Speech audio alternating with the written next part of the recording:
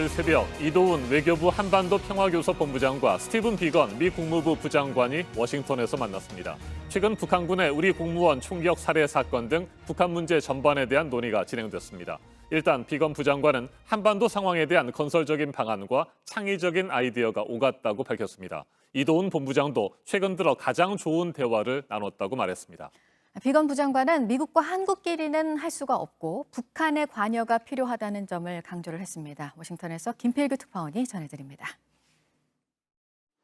이도훈 한반도 평화교섭본부장과 비건 국무부 부장관이 회담 후 기자들 앞에 섰습니다. 대북 특별대표를 겸하고 있는 비건 부장관은 최근 총격 사건에 대해 이야기를 꺼냈습니다.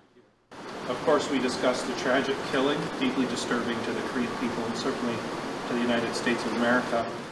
한반도 문제에 대해 창의적인 이야기를 나눴다며 이를 위해 북한의 관여가 필요하다고도 했습니다. 이도훈 본부장도 오늘 협의를 긍정적으로 평가했습니다. 다양한 파국에 대해서 이야기를 하였습니다. 아주 제가 최근에 가진 대화들 중에 아주 제일 좋았다고 생각합니다. 한편 이날 유엔 안전보장이사회 산하 대북제재위원회는 북한의 무기 수출 회사가 여전히 이란에서 활동하고 있다는 보고서를 냈습니다. 이란 군수기업에 액체 추진 탄도미사일과 우주 발사체 관련 부품을 팔고 있다는 겁니다. 전문가 패널은 또 북한이 핵탄두 소형화에 성공했을 수 있으며 50만 배럴로 정해둔 기름 수입 제재도 지켜지지 않고 있다고 평가했습니다. 하지만 코로나19 상황인 점을 감안해 인도적 지원에 대한 대북 제재는 좀 더 풀어주기로 했다고 밝혔습니다. 워싱턴에서 JTBC 김필규입니다.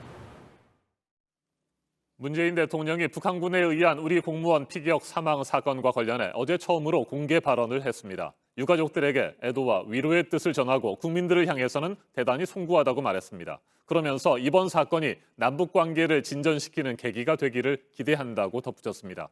청와대는 대통령 보고와 이후 대응에 대한 야당의 공격에 대해 매우 민감한 반응을 보였습니다. 최승기 기자가 보도합니다.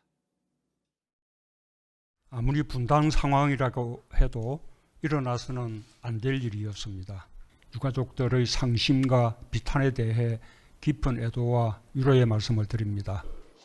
공무원 A씨 사망 엿새 만에 문재인 대통령이 처음으로 공개 발언을 했습니다. 청와대 회의에서 국민들이 받은 충격과 분노를 충분히 이해한다면서 정부로서 대단히 송구하다고 한 겁니다.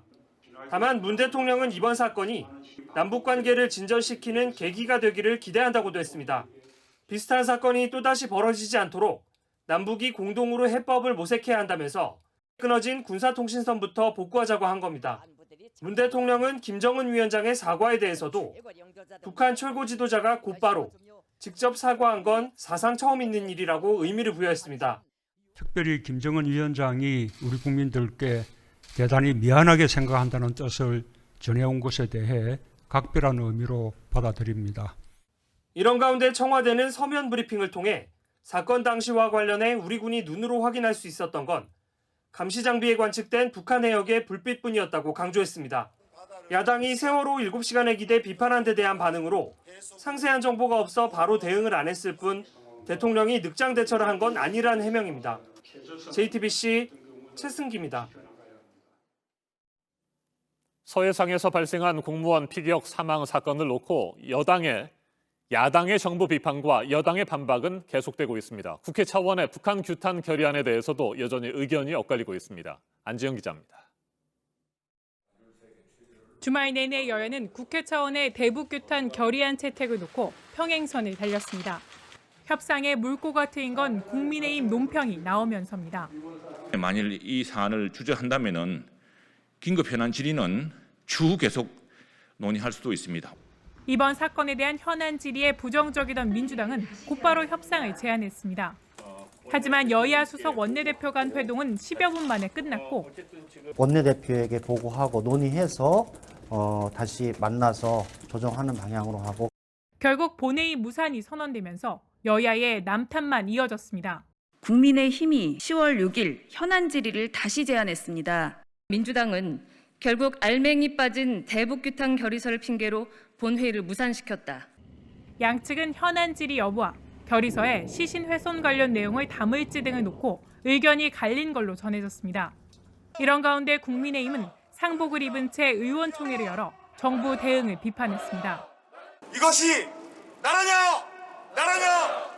정의당도 이번 사건을 북한이 저지른 비인도적인 민간인 살인으로 규정하고 당 차원의 결의서를 제출했습니다. JTBC 안지연입니다. 지난달 15일 서울 광화문 일대에서 불법 집회를 개최한 혐의를 받고 있는 김경재 전 한국자유총연맹 총재와 보수단체 일파만파의 김모 대표가 어젯밤 구속됐습니다. 이들은 사전 신고된 범위를 크게 벗어나 집회를 진행한 것으로 파악됐는데 법원은 증거인멸에 우려가 있다고 밝혔습니다. 박지훈 기자입니다. 김경재 전 한국자유총연맹 총재와 보수단체 일파만파 김모 대표가 구속 전 피의자 신분을 마친 뒤에 구속됐습니다. 김 전 총재와 김 대표는 광복절이던 지난달 15일 사전 신고된 범위를 훌쩍 넘는 규모의 집회를 개최한 혐의를 받고 있습니다. 서울중앙지법 최창훈 영장전담 부장판사는 이 사건 집회를 전후해서 피의자들이 주고받은 의사 연락의 내용 등에 비춰볼 때 증거를 인멸할 염려가 있다면서 영장 발부 이유를 밝혔습니다. 또한 피의자들이 준수사항을 위반한 정도와 그로 인한 파급효과, 증거 인멸 우려 등을 고려할 때 구속 필요성이 인정된다고도 말했습니다. 사랑제일교회 신도들을 비롯해 이 집회에 참석한 사람들로부터 코로나19 집단 감염이 발생한 점도 감안한 것으로 보입니다. 당시 보수단체 일파만파는 광화문 동아면세점 앞의 인도와 세종대로에서 100명 규모의 집회를 신고했지만 실제로는 5,000명이 넘는 인원이 몰렸습니다. 김 전 총재는 개천절 집회를 준비 중인 8.15 집회 참가자 국민비상대책위원회를 이끌었습니다.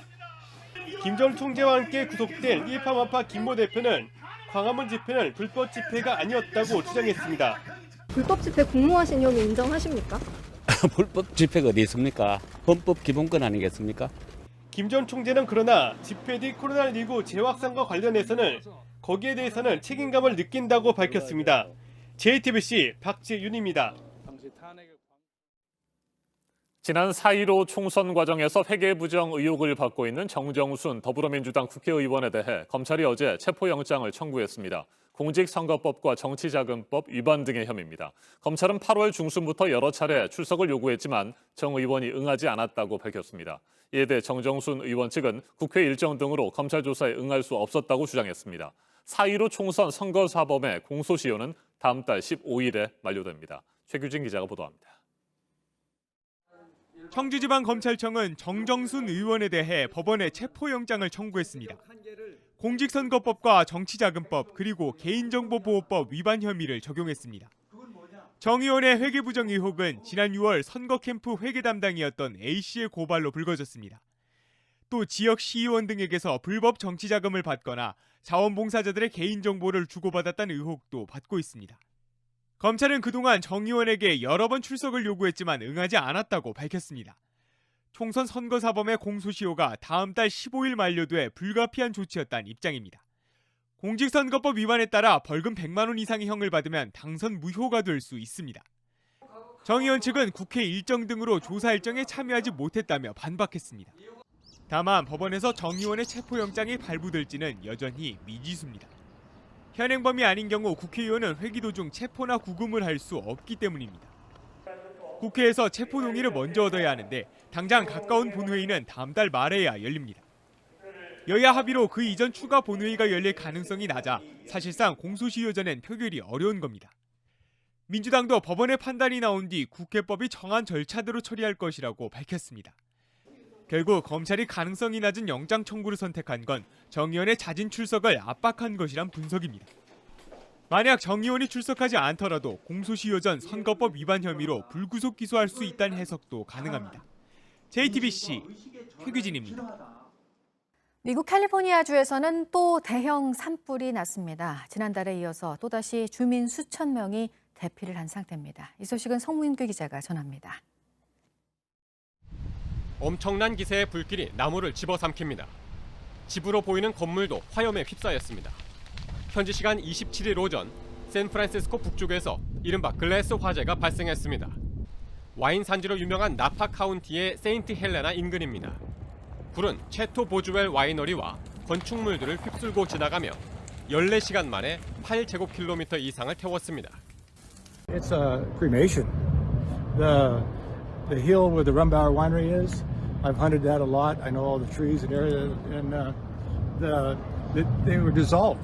와인 산지 소노마와 나파 카운티 전역에 주민 대피령이 내려졌고 산타로사와 세인트 헬레나 지역에서도 일부 주민들이 안전한 곳으로 피했습니다.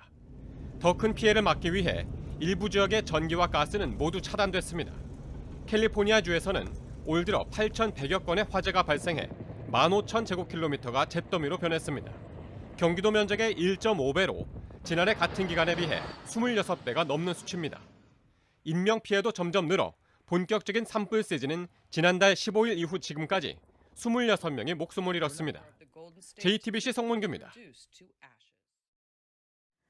네, 그룹 방탄소년단의 반가운 소식이 또 전해졌습니다. 신곡이 나오자마자 미국 빌보드 메인 싱글 차트 정상 자리에 올랐을 때 한 번 소식 전해드렸었고요. 쉽지 않은 일인데 그 정상 자리에 2주 연속으로 올랐을 때도 또 소식을 전해드렸었고 이후 2주 동안 2위 자리에 있었는데 다시 1위가 됐습니다. 이렇게 되니까 과연 몇 주 동안 상위권에 계속 머물게 될지 또 궁금해집니다. 홍희정 특파원이 전해왔습니다. 다이너마이트는 발매 직후 2주 연속 핫백 1위를 차지하며 큰 주목을 받았습니다. 이후 2주 동안은 한 계단 아래 2위를 기록했습니다. 하지만 발매 5주차인 이번 주 1위로 다시 복귀했습니다. 핫백은 매주 미국에서 가장 인기 있는 노래 순위를 집계하는 차트입니다. 스트리밍 실적과 음원 판매량, 라디오 방송 횟수 등을 종합해 순위를 매기는데 앨범 소비량을 측정하는 빌보드 200과 함께 양대 메인 차트로 꼽힙니다. 빌보드는 듀오 또는 그룹 노래가 핫백에서 통산 3주 이상 1위를 기록한 것은 2018년 마룬5의 걸스 라이크 유 이후 2년 만이라고 밝혔습니다. 당시 마룬5는 7주 동안 정상에 올랐습니다. 다이너마이트는 발매 5주차 미국 내 음원 판매 부문에서 15만 3천 건을 기록해 전주보다 96% 높은 실적을 보였습니다. 스트리밍은 전주보다 11% 늘어난 1,400만 회를 기록했고 라디오 방송에서도 8% 증가한 2,080만 명의 청취자에게 노출된 것으로 집계됐습니다. 방탄소년단은 소셜미디어를 통해 아미 여러분 덕분에 또 한 번의 기적이 일어났다면서 전 세계 팬들에게 감사의 마음을 전했습니다. 로스앤젤레스에서 JTBC 홍희정입니다.